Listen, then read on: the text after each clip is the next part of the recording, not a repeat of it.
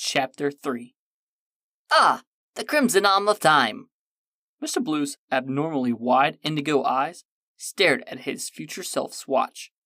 The man in red blinked. What are you doing? I thought you were dead, D3 shouted, running and embracing him. I love the elf costume, Mr. Blue answered, hugging her back. Do I know you? Or have we met? D3 looked down, disgusted. I'm changing, she announced. She ran across the foyer and typed on Purge's console. A piece of mirror emerged from the time rotor, and she grabbed it, throwing it at a nearby wall. Mr. Blue kept staring at her. My name is...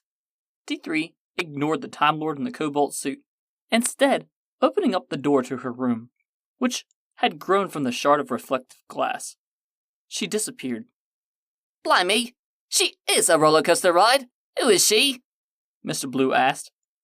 That's D3. You haven't met her yet? Sully lit a smoke. Woman is always changing her clothes. The man in red reared his throat. What are you doing? I'm on a break. No, I haven't met this D3 yet. Mr. Blue peered at Sully, conspiratorially. The retired Commodore shook his head even as he smiled at his dear friend. I watched you die, old boy. I'm not understanding what you're doing here. Again. Oi. Mr. Blue waved both hands vigorously. No, I can't know that. So, you're a younger version of Traveler? I must be on board's Purge by now. You recognize me, yes? Sully asked. I just left you in Purge, actually. Well, the Time Lord in the cobalt suit adjusted his azure tie. My Purge. Saber and I needed to run some errands for the architect, so I left you in front of the console with Ruckus. We've just finished taking care of the Midpoint Hotel. Remember? I told you I'd be right back in a jiff. Sully grinned. I'll be damned. That was one hell of a ride, old boy. The man in red sighed. Great. That's great, really. But what are you doing here? Mr. Blue shouted. He snapped his fingers, and a simple, plain wooden door appeared. Oh, yay, Mr. Red finished. The Endless, of course. Why do you always need a drink?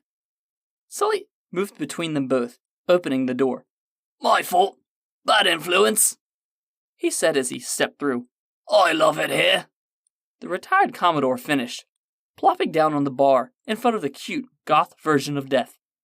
The man in red, clearly impatient for things to move along, simply poured a water and stared over at Mr. Blue. Why is it called the Crimson Arm of Time? Unknown. It's a relic, Mr. Blue explained. Oh, don't you remember that? No, I don't. Used to belong to the High Lord War Council, back in the days of the great vampires of the bow ships. The Time Lord explained to his older self. Deceit came to possess it somehow. We're not sure. We? Mr. Blue nodded. The Black Traveler, Saber and myself, on orders from the architect. The man in red leaned in. Okay, great. Now, who is this architect? I've asked. Dog's bollocks if anyone will give a bloke a straight answer. The Time Lord in the cobalt suit sighed, sipping his drink, thinking.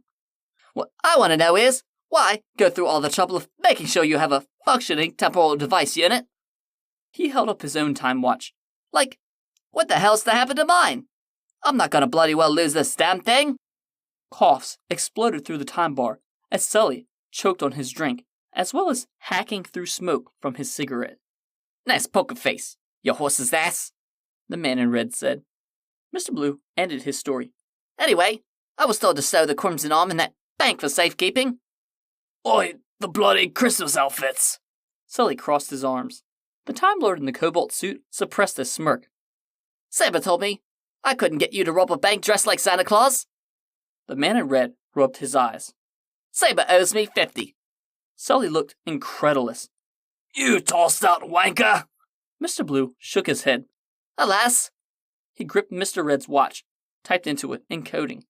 It emitted a series of mechanical clicks and started to slightly glow red in response.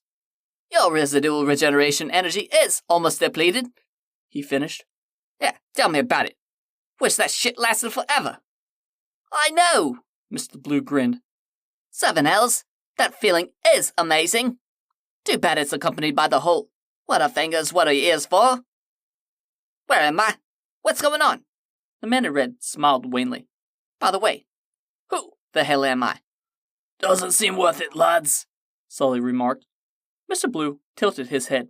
We shall see, he said quietly. That it? Can I leave now? The man in red asked. Just so. Your time watch is pre-programmed with the architect's next coordinates.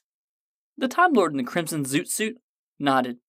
The retired Commodore chugged the remains of his drink and stubbed out his cigarette. Mr. Blue and the man in red simultaneously announced, Come on, Sully! They looked at each other, quizzically. Sully glanced at them, back and forth. Ladies, you're both pretty. The man in red placed a hand on Sully's shoulder. This one's mine. You have your own. Mr. Blue grinned wide. He stood, waved goofily, then walked across the endless to a painting of an antique blue grandfather clock. He abruptly vanished inside. Let's go find out what kind of trouble we can get into. The man in red kept his arm on the retired Commodore's shoulder. They strode back across the empty time bar into Purge's control room.